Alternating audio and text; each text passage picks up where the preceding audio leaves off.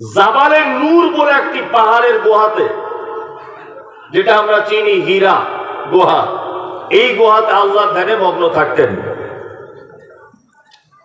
একদা জিবরিল আমিন এলেন, আসার পরে আল্লাহ রসুলকে চাপ দিয়ে ধরলেন। ধরার পরে বলছেন, আপনি পড়ুন। বলছে, আমি পড়তে জানি না। আবার চাপ দিয়ে ধরা হলো, পড়ুন। পড়তে জানি না। আবার তৃতীয়বার ধরা হলো।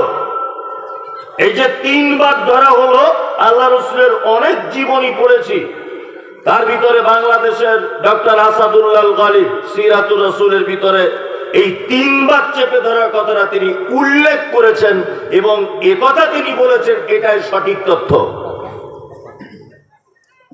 তৃতীয়বারে ধরা হয়েছে, আল্লাহ নবী সাল্লাল্লাহু আলাইহি ওয়াসাল্লামের উপরে কোরআন অবতীর্ণ হলো, ইকরা বিইসমি রাব্বিকাল্লাযী খালাক, 5টি আয়াত। আল্লাহ সুবহানাহু ওয়া তাআলা সর্বপ্রথম কোরআনের 5টি আয়াতের প্রথম যে শব্দ ব্যবহার করলেন সেটি হচ্ছে ইকরা বিইসমি রাব্বিকাল্লাযী খালাক। আপনি প্রভু, আপনি পড়ুন ওই প্রভুর নামে যে প্রভু আপনাকে সৃষ্টি করেছে, আপনি তার নামে পড়ুন। তার মানে আল্লাহ তাআলা মুহাম্মদ সাল্লাল্লাহু আলাইহি ওয়াসাল্লামকে বলতে চাইলেন যে আপনি হিলফুল ফুজুল সংগঠনের মাধ্যমে যুবকদেরকে নিয়ে আপনি অন্যায়কে দূরে সরিয়ে দিতে চাইছেন। যে জ্ঞান আপনি প্রয়োগ করছেন সমাজে, এটা আপনার নিজস্ব জ্ঞান। নিজস্ব জ্ঞান দিয়ে আপনি একজন নিরক্ষর মানুষ, কখনই সমাজ পরিবর্তন করা সম্ভব হতে পারে না। সমাজ যদি আপনি পরিবর্তন করতে চান তাহলে আপনাকে পড়তে হবে, আর শুধু পড়লে হবে না, এমন এক শিক্ষায় শিক্ষিত হতে হবে যে শিক্ষা আপনাকে স্রষ্টার পরিচয় পর্যন্ত পৌঁছে দিতে পারে। অত্র ঘটনা বলার এটা আমার উদ্দেশ্য। একটা মানুষ, একটা পাড়া, একটা পরিবার, একটা গ্রাম, একটা দেশ পরিবর্তন করতে চাইলে দুইটা জিনিসের মারাত্মক ভূমিকা থাকতে হবে। এক, যুবকদেরকে ভূমিকা নিতে হবে কিছু পরিবর্তন করার আগে। দুই, পবিত্র আল কোরআনের জ্ঞান ছাড়া একটা মানুষ বা একটা পরিবার, একটা গ্রাম, তাদেরকে পরিবর্তন করা কখনোই সম্ভব নয়। সর্বপ্রথম সমাজ পরিবর্তন করতে গেলে যুবকদেরকে আগিয়ে চলে আসতে হবে। বুড়ো মানুষদের কোনো কাজ নেই, ও খাবে, ঘুমাবে, মসজিদে গিয়ে বসে থাকবে, নামাজ পড়বে, এটাই ওর কাজ। যুবকদেরকে কাজে লাগাতে হবে। দুই নম্বর হচ্ছে ঐশী জ্ঞান, অর্থাৎ অহির জ্ঞান দ্বারা সমাজ পরিবর্তন করা সম্ভব। আজকে সমাজ পরিবর্তনের পিছনে অনেক মানুষ কিন্তু পরিশ্রম করছে, অক্লান্ত পরিশ্রম। কিছু লোক আছে দেখবেন সমাজ পরিবর্তন করার জন্য খুব উঠে বেড়ে লেগেছে। আমি আল্লাহর কসম, মুমতাজুল ইসলাম, আমি কারো বিপক্ষে নয়, আমি কিন্তু এখানে ভোট চাইতে আসিনি। আমি জাস্ট আপনার সামনে সত্যটা বলে দিচ্ছি। আল্লাহ তাআলা বলছেন, নাহনু নাকুসসু আলাইকা আহসানাল কসাস বিমা আওহাইনা ইলাইকা হাযাল কুরআন। সারা পৃথিবীতে যত গদ্য, পদ্য, উপন্যাস যা কিছু আছে, কোরআনের থেকে সুন্দর ঘটনা, কোরআনের থেকে সুন্দর আর কোন কথা পৃথিবীর মাটিতে নাই। কে বলছেন এটা? আল্লাহ বলছেন কোরআনের থেকে ভালো কথা নেই। ওইদিকে মুহাম্মদ সাল্লাল্লাহু আলাইহি ওয়াসাল্লামকে বলা হচ্ছে ইকরা, আপনি পড়ুন। পড়াশুনো করার মাধ্যমে, কোরআনের জ্ঞানের মাধ্যমে সমাজ পরিবর্তন করা সম্ভব, তার আগে সম্ভব নয়। এক শ্রেণীর মানুষ সমাজকে পরিবর্তন করার জন্য উঠে পড়ে লেগেছে দুটি মাত্র বই নিয়ে। একটার নাম ফাজাইলে আমল, একটার নাম মুনতাখাবে হাদিস। দেখেছেন? দুই বগলে দুটো বই নিয়ে 24 ঘন্টা ঘুরছে আর বলছে যে আমরা এই তো তবলিগ করে করে করে করে মানুষকে সব পরিবর্তন করব। ভুল ডিসিশন। কিয়ামত পর্যন্ত সমাজ পরিবর্তন করা যাবে না, কারণ তোমার এই পদ্ধতিগত ব্যাপারটাই চরম ভুল। আল্লাহ বলছেন অধীর জ্ঞান ছাড়া সমাজ পরিবর্তন সম্ভব নয়, আর তুমি বগলে করে ফাজাইলে আমল নিয়ে ঘুরছো। হ্যাঁ, পাগল কোথাকারে, তুমি বুঝো কিছু? মুনতাকাবে হাদিস দিয়ে তুমি বগলে করে ঘুরছো। 4 মাস তুমি বাড়ি থেকে চলে গেলে ক্যাটাগরি সব কিছু নিয়ে, সব ঠিক আছে, আমি তোমার বিরোধিতা করছি না, কিন্তু তোমার এই হুঁশটা হলো না যে 4 মাস প্রত্যেক মসজিদে গিয়ে আমরা মানুষকে দাওয়াত দিব অন্তত পক্ষে। এই যে ভাই, আমি ওটার আগে 2টো কোরআনের আয়াত বললেন, বাংলা মানে করে দিলেন, এর থেকে আর ভালো কিছু আছে? কোনো সহি জয়ীফের ব্যাপার আছে? কোরআনে কোনো ইখতিলাফের ব্যাপার আছে? কোনো ব্যাপার নেই। আপনার তাবলীগ আপনি করুন, এটা আমার আপত্তি নেই, তবে আপনার এই পদ্ধতি 100% ভুল। আপনাকে মানুষের কাছে দাওয়াত দিতে হবে অধীর জ্ঞান দ্বারা।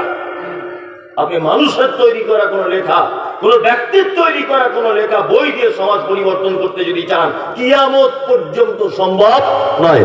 ওই জন্য সৌদির বড় বড় জ্ঞান মুক্তিরা ব্যাপারটা গবেষণা করে বুঝতে পেরে তোমাদেরকে বয়কট করে দিয়েছে। সারা পৃথিবীর অনেক দেশ তোমাদের আস্তে আস্তে করে বয়কট করবে, কারণ তোমার পদ্ধতি ভুল। ওই জন্য আপনি আমার দিনী ভাই, আপনি আমার বিরুদ্ধে বলতে আসিনি, আপনার বিরুদ্ধে আমি। আপনি পদ্ধতিটা চেঞ্জ করুন। নাম্বার 2, আর একটা কথা আপনাকে বলে রাখছি, খুব মনোযোগ দিয়ে শুনবেন। সোশ্যাল মিডিয়াতে আমি মমতাজুল ইসলাম বলছি এটা হারাম, সোহেল সালাফি বলছে এটা করলেও হয়, না করলেও হয়। আমার আগে যিনি বক্তব্য দিয়েছেন উনি বলেছেন মাকরুহ, আর কারো আগে যিনি বক্তব্য দিয়েছেন উনি বলেছেন এটা একেবারেই না, অবৈধ। একই জিনিস 4 জন 4 রকম ভাবে বলছে। পাবলিক কি ভাববে যে কার কথা অনুযায়ী মানব, তাই না? কে তাহলে ঠিক এটা বলবে কি বলবে না? বলবে। এই সমস্যার সমাধান পশ্চিম কালেও হবে না একটা পদ্ধতি যতক্ষণ না পর্যন্ত আপনি অবলম্বন না করবেন। আপনাকে বলে দিয়ে যাচ্ছে, আমি ছোট্ট ছোট্ট করে কথাগুলো মাথায় নেবেন। 1, আমি একদিন ডাক্তারখানাতে গেছি, তা আমাকে ডাক্তারবাবু আমার যে রোগ হয়েছে এটা বোঝানোর জন্য, এখন আল্লাহ কোনো রোগ দেয়নি আলহামদুলিল্লাহ, তা আমার যে রোগ হয়েছে ডাক্তারবাবু বলছে যে মমতাজুল সাহেব আপনাকে প্রত্যেক দিন খাঁটি পিওর গরুর দুধ পান করতে হবে, একদম পিওর। তা আমি বাড়ি এসে একটা গোয়ালাকে বললাম, ভাই আমার বাড়িতে 1 কেজি করে দুধ দিও তো, প্রতিদিন আমি পান করব। 1 কেজি করে দুধও আমাকে দেয়। 4-5 দিন আমার বউ দেখেছি চুলাতে যখন দুধটা জাল দেয় উপরে সর পড়ে যায়, দুধ জাল দিলে ঠান্ডা হয়ে গেলে তারপর সর পড়ে না, সর পড়ে যায়। 1 সপ্তাহ পরে দেখছি আর সর পড়ছে না। তো গোয়ালাকে জিজ্ঞাসা করছি, ভাই প্রথমে 1 সপ্তাহ সর পড়েছে, এখন আর পড়ে না কেন? বলছে আপনি বুঝবেন না, ওটা কাস্টমার ধরার জন্য অরিজিনাল মাল দিয়েছিলাম, এখন কাস্টমার ধরা হয়ে গেছে, এখন পানি দিয়ে দিচ্ছে হালকা করে, ওই জন্য আর সর পড়ছে না। আমার মনটা খুব খারাপ, তাহলে খাঁটি দুধ আমি আর পাবো না, কি করা যাবে তাহলে? না তাহলে ভাই তুমি আমাকে আর দুধ দিও না, আমি মাদার ডেয়ারি কিনে আনি বাজার থেকে। মাদার ডেয়ারি কিনতে গেছি, ওর প্যাকেটের উপরে লেখা আছে 100% খাঁটি। তখন আমি বুঝলাম এতেও ডুপ্লিকেট আছে। কোন কোম্পানি যখন লেখে 100% খাঁটি, নিশ্চয় অন্য কোম্পানিতে ডুপ্লিকেট ধরা পড়েছে। কি বললাম বুঝলেন না? নিশ্চয় অন্য কোম্পানিতে ডুপ্লিকেট ধরা পড়েছে, আর না হলে ডুপ্লিকেটের সম্ভাবনা আছে। আমি দেখলাম তাহলে এত ভেজাল। মাদার ডেয়ারি 2-4 দিন খাওয়ার পরে শুট করছে না, খাঁটি দুধ পাচ্ছি না, মন খুব খারাপ। আমার গিন্নি আমাকে বলছে এক কাজ করুন, আপনি রেড কাউ খান। টিভিতে খুব অ্যাড দিচ্ছে মোবাইলে, রেড কাউ খান। রেড কাউ কিনে দেখছি একই কেস। মানে আমি এই ডাক্তার বলার পর থেকে 4-5 হাজার টাকা খরচা করলাম, খাঁটি দুধ কোথায় পাবো? 4-5 হাজার টাকা খরচা করে দিলাম। আচ্ছা আমি মমতাজুল ইসলাম কত বড় বোকা, 5 হাজার টাকা শুধু দুধ খুঁজতে খরচা করে দিলাম। যদি আমি 2 হাজার টাকা যদি খরচা করে ওই গরুর হাটে গিয়ে একটা দিশি মোড়া গাই যদি কিনে আনতাম, বলুন তো দেখি খাঁটি দুধ পাওয়া যেত কি যেত না? যেত, যেত। অমুক বক্তা আসছে, অমুক এই আসছে, অমুক এই আসছে, এই বলেছে, এই রাজ্জাক বিন ইউসুফ এই বলে, মমতাজুল এই বলে, আসাদুল্লাহ কারি বাবা এই বলছে। আরে বেরাতারা হুল আবার উল্টো, সাইনুর আরো খারাপ, ও আরো উল্টো পাল্টা বলছে। আরে আপনার কারো কাছে যাওয়া লাগবে না, আপনি 10 হাজার টাকা বই কিনুন, হাদিস কিনুন। মানে আপনারা আমরা এত পচা মুসলমান যে খাঁটি দুধ খেতে ব্যস্ত, খাঁটি দুধ খুঁজছি, অথচ গাই পুষতে রাজি নাই। কিয়ামত পর্যন্ত আপনি খাঁটি দুধ পাবেন না। কি বললাম বুঝলেন? খাওয়া যাবে? পাবেন আপনি? পাবেন না। খাঁটি দুধ কেউ আপনাকে দেবে না। সঠিক ইসলাম যদি আপনি পেতে চান, আপনার কাছে বিনীত অনুরোধ, আপনি অন্তত পক্ষে 2-5 হাজার টাকা ভালো ভালো লেখকের বই কিনুন, 6টা হাদিসের কিতাব কিনুন, একটা বুখারী সেট কিনুন। আরবিতে পারেন না, একদম সহজ বাংলাতে অনুবাদ হয়েছে, বাংলাতে কিনুন। আপনার কারোর দ্বারস্থ হওয়া লাগবে না, আপনি নিজে নিজেই সবকিছু বুঝতে পেরে যাবেন। কি বললাম বুঝলেন? সমাজ পরিবর্তন করতে গেলে ওহীর জ্ঞান, আর নিজেকে পরিবর্তন করতে গেলে ওহীর জ্ঞানের সাথে সাথে কিছু বই পুস্তক লাগবে। মাথায় ঢুকেছে কি বললাম? হ্যাঁ হ্যাঁ, বইপত্র কিনুন বেশি বেশি করে। এতক্ষণ পর্যন্ত আমি যা বললাম, এটা জমি রেডি হয়ে গেছে। এবার আমি কিছু আলোচনা শুরু করবো ইনশাল্লাহ। এই ওহীর জ্ঞান থেকেই আমি আপনাদেরকে কয়েকটা কথা বলবো, ছোট্ট একটা কথা। সেটা হচ্ছে সূরা ফাতিহার বাংলাটা বলে দেবো। যদি বলছেন এইটা বলার জন্য 4 চাকা করে 24 পরগনা থেকে আসতে হলো, আমাদের এলাকার কেউ ফাতিহা জানে না, পাগল কোথাকারে। আর ওইটাই তো তোমার আর আমার ডিফারেন্স। সূরা ফাতিহাটা আপনাকে বলবো, দেখবেন আমার টাইম 2 ঘন্টা, 2টো আয়াত হবে, খুব বেশি যদি হয় 3টে হবে, তার বেশি আর আমি আগাতে পারবো না। আল্লাহু আকবার, আপনি অবাক হয়ে যাবেন। এবার আপনাকে একটা একটা করে আমি প্রশ্ন করছি, চটপট করে উত্তর দেন একদম। আপনারা খুব মানে শিক্ষিত এবং জ্ঞানী মানুষ, তাছাড়া সন্ধ্যাবেলাতে এত লোক হয় না, লোকটা মেলা বসে থাকে। এই জলসাটা মনে হয় ব্যতিক্রম কোন একটি জলসা, এত লোক এসেছেন। চটপট করে উত্তর দেন। এক, পবিত্র আল কোরআনের প্রথম যে সূরা অবতীর্ণ হয়েছে তার নাম কি? আলাক। 2, পবিত্র আল কোরআনের ছোট্ট একটি সূরা আছে, 3 বার তেলাওয়াত করলে, একবার কোরআন মাজিদ শেষ করলে যত নেকি হয় তত নেকি পাওয়া যায়। কোন সূরা? ইখলাস। আলহামদুলিল্লাহ, খুবই ভালো, খুব জোর আছে, জোশ আছে আপনাদের। চলুন তারপরে আপনাকে বলি, পবিত্র আল কোরআনের শুরুতে কোন সূরা আনা হয়েছে? ফাতিহা, তাই না? এবার আপনাকে আমি আর কয়েকটা কথাতে জুড়ে দিই। 1, সূরা ইখলাস 3 বার পড়লে, কোরআন মাজিদ পরিপূর্ণ তেলাওয়াত করলে যত নেকি হয় তত নেকি পাওয়া যায়। 2, সূরা ফাতিহা পড়লে এত নেকি পাওয়া যায়, এরকম কোন হাদিসে বর্ণনা পাওয়া যায়নি। তাহলে আল্লাহ নবী সাল্লাল্লাহু আলাইহি ওয়াসাল্লাম সূরা ইখলাসের মর্যাদা অনেক বাড়িয়ে দিয়েছেন। তাহলে এইটাকেই তো পবিত্র আল কোরআনের প্রথমে আনা উচিত। আনলেন কাকে? ফাতিহাকে। তবে আল্লাহ রাসূল এই কথা বলেছেন, পবিত্র আল কোরআনে এমন একটি সূরা আছে 7 আয়াত বিশিষ্ট, যা তাওরাতে অবতীর্ণ হয়নি, যা ইনজিলে অবতীর্ণ হয়নি, আর যা পৃথিবীর অন্য কোন আসমানি কিতাবে নেই, সেটা কোরআন মাজিদে আছে, তার নাম ফাতিহা। সূরা ইখলাসে শুধুমাত্র আল্লাহর পরিচয় দেওয়া হয়েছে,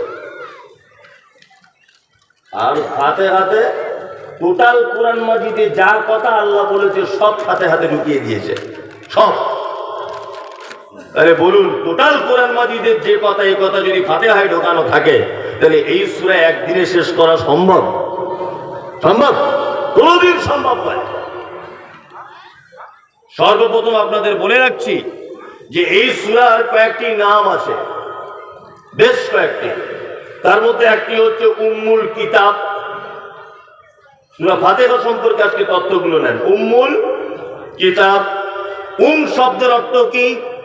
মা, তাই না? মা। মা এর বাংলা অর্থ কি? কেন্দ্রবিন্দু। কি বললাম বুঝলেন? কেন্দ্রবিন্দু বা সেন্টার। আমি মুমতাজুল ইসলাম, আমার এক বেটা, আমার এক বেটি। আমার বেটা বেটি যদি পিছনে আস্তে আস্তে আস্তে আস্তে করে আসি, তাহলে আমাদের বাড়ির সেন্টার কে?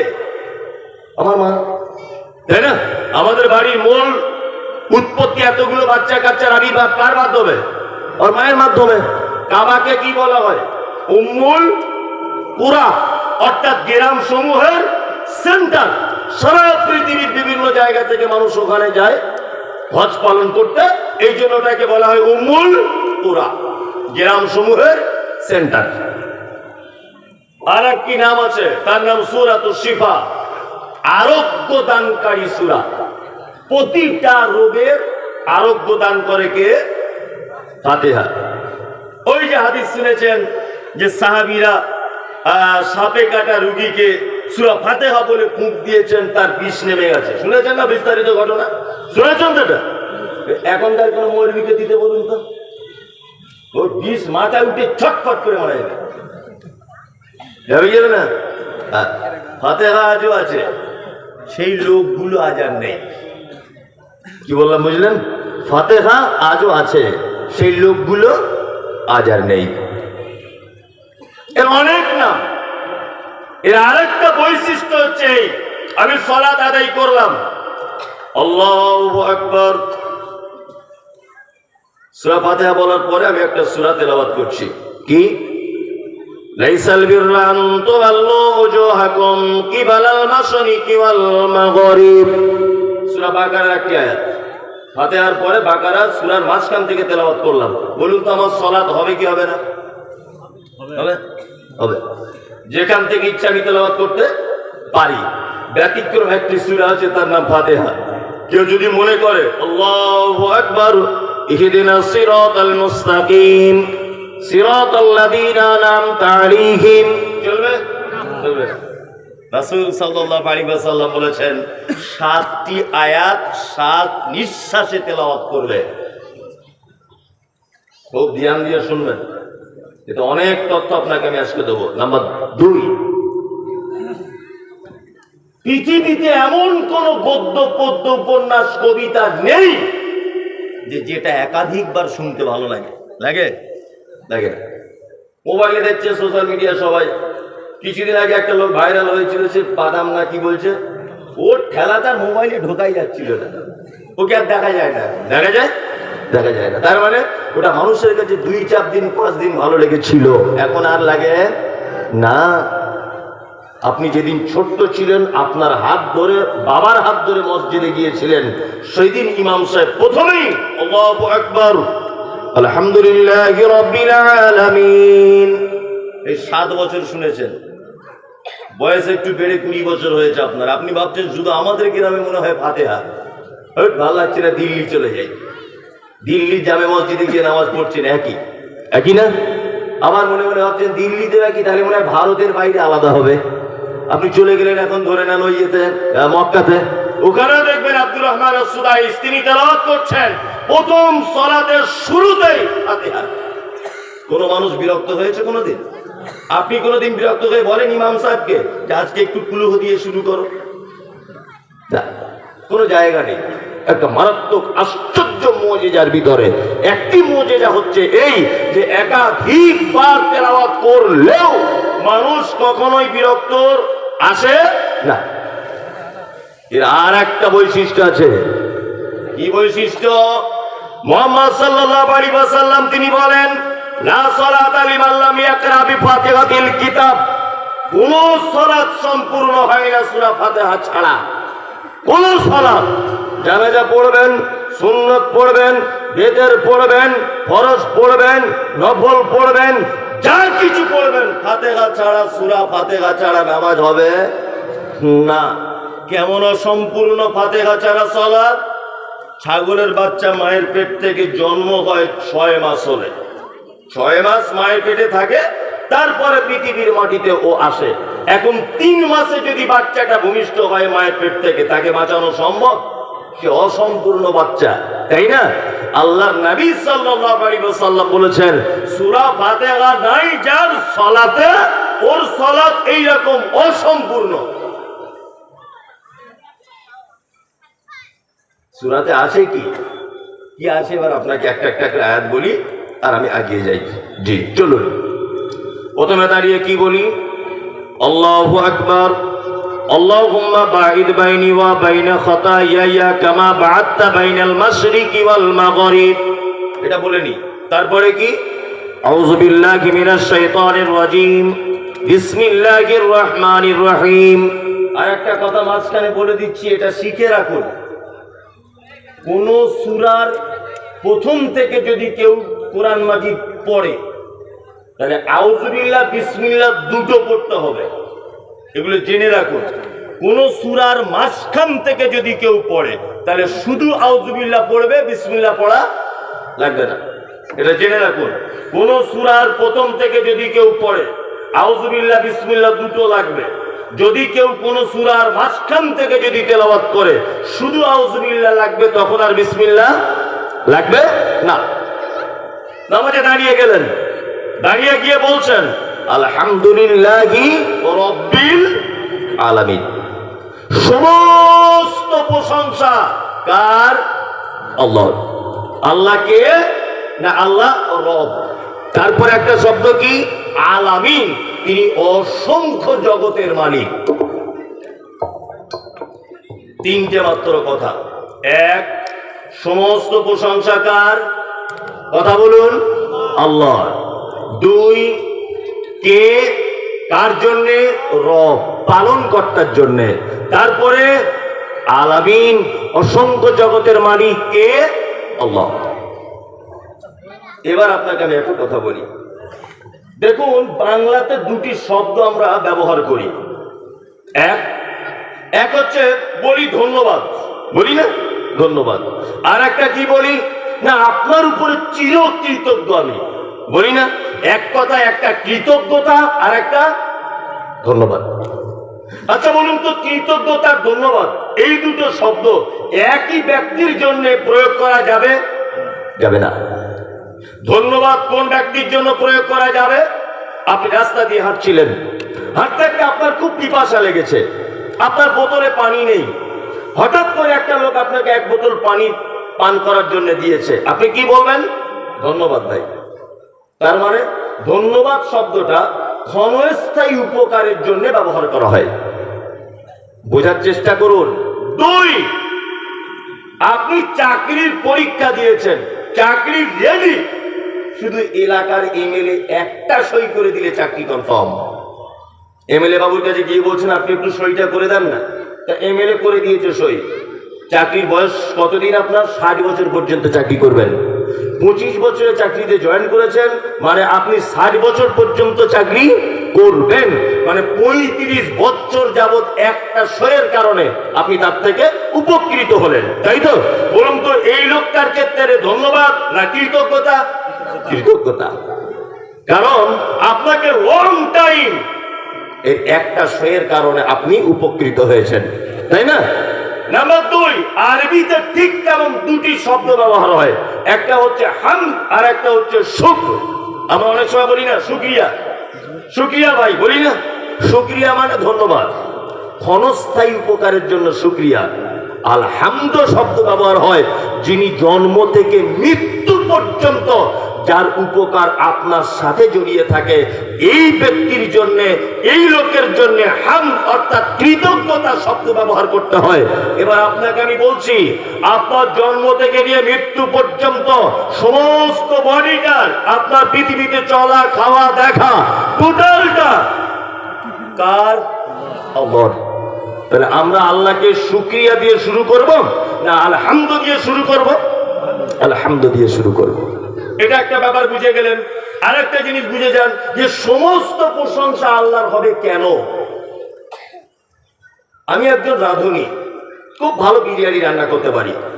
আপনি বিরিয়ানিটা খাচ্ছেন চকচক চকচক করে, খুব টেস্ট। আচ্ছা অ্যাকচুয়ালি আমাদের চিন্তা ভাবনাতে বলুন তো বিরিয়ানিটা খাওয়ার সময়তে কার প্রশংসা হওয়া উচিত? না, রাঁধুনি। ভুল বললেন আপনি। আমরা খেতে খেতে বলি না সত্যি রাঁধুনিটা হাতে মজা আছে, বলি কি বলি না? সব জায়গায় আল্লাহ আল্লাহ আপনি বলতে যাচ্ছেন কেন? একটু বুঝে বলুন। এটা একটা কাঠের ফার্নিচার, ভালো করে বুঝুন।